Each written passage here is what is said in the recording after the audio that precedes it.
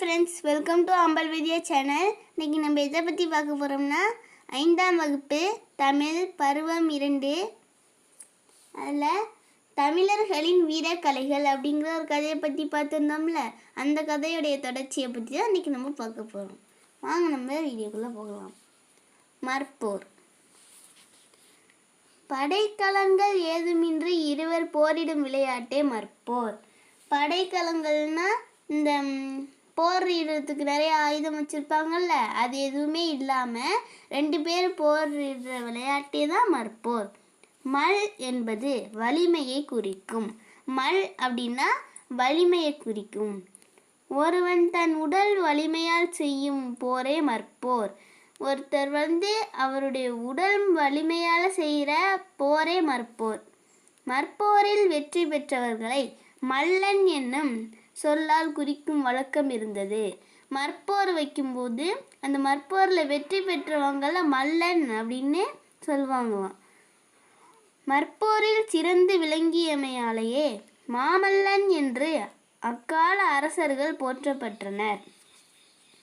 இந்த மற்போரில் சிறந்து விளங்கினதுனால அந்த காலத்து அரசர்கள்லாம் மாமல்லன் அப்படின்னு போற்றப்பட்டாங்களாம். மல்யுத்தம் என உலகம் முழுதும் போற்றப்படும் இவ்வீரக்கலை பண்டை தமிழரின் போர் முறைகளுள் ஒன்றாக இருந்தது. இதுக்கு இன்னொரு பேர் மல்யுத்தம். மல்யுத்தம் அப்படிங்கிற விளையாட்டு இந்த உலகம் ஃபுல்லாக போற்றப்படுற ஒரு வீரக்கலையாக இருந்துச்சான். புறநானூற்று பாடல் ஒன்றில் மற்போர் பற்றிய நிகழ்ச்சி இடம்பெற்றுள்ளது. புறநானூற்று பாடல் ஒரு பாடலில் மற்போர் பற்றிய நிகழ்ச்சியெல்லாம் இடம்பெற்றிருக்கான். இருவர் கைகோர்த்து கால்களாலும் தலையாலும் இடித்தும் உதைத்தும் ஒருவருடன் ஒருவர் போர் செய்வதே மற்போர். 2 பேர் கைகோர்த்து காலாலையும் தலையாலையும் இடித்தும் உதைத்தும் ஒருவரோட ஒருவர் போர் செய்வதே மற்போர். பகைவரை எதிர்கொள்ளும் வகையில் விளங்கிய இம்மற்போர் பின்னர் வீர விளையாட்டாக மாறியது. பகைவர்களெல்லாம் எதிர்கொள்ளும் வகையில் அந்த விளங்கிய அந்த மற்போர் அதுக்கப்புறமா அது வீர விளையாட்டாகவே மாறிடுச்சான். நம் நாட்டில் ஒவ்வொரு மாநிலத்திலும் மற்போர் களங்கள் உள்ளன. நம்ம நாட்டில் ஒவ்வொரு மாநிலத்திலையும் மற்போர் களங்கள் இருக்காம். ஒலிம்பிக் போட்டிகளில் மற்போரிடுவதும் ஒன்றாக இருந்து வருகின்றது. ஒலிம்பிக் போட்டியிலையும் மற்போரிடுவதும் ஒன்றாக இருந்து வருதான். மேலும் பல விளையாட்டுகள் பண்டை காலம் முதல் இன்று வரை வழக்கில் இருந்து வருகின்றன. இந்த மாதிரி நிறைய விளையாட்டெல்லாம் பண்டை காலம்னா ஆதி காலத்துலேருந்து இப்போ வரையுமே வழக்கில் இருந்து வருது. வழுக்கு மரம், நீர் விளையாட்டு, கபடி என்கிற சடுகுடு போன்ற பல விளையாட்டுகளை நாம் இப்போதும் விளையாடி மகிழ்கிறோம்.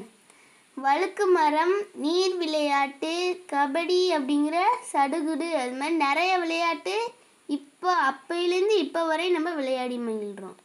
உடலில் வலிமையும் உள்ளத்தின் மகிழ்ச்சியும் விளையாட்டால் ஏற்படுகிறது.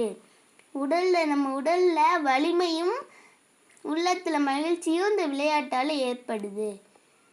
உடலில் உறுதியுடையவரே உலகை ஆளும் உள்ள உறுதியும் உடையவர் ஆவார்.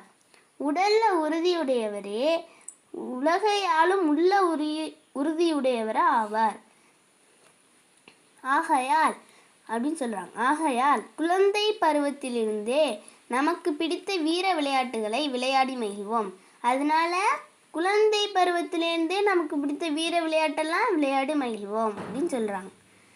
அது மட்டுமின்றி உலக விளையாட்டு போட்டிகளிலும் கலந்து கொண்டு வெற்றியை நாட்டிற்கு அளிப்போம். அது மட்டும் இல்லாமல் உலக விளையாட்டுலெல்லாம் போட்டியிலையும் கலந்து கொண்டு வெற்றியை நாட்டுக்கு அளிப்போம் அப்படின்னு சொல்கிறாங்க.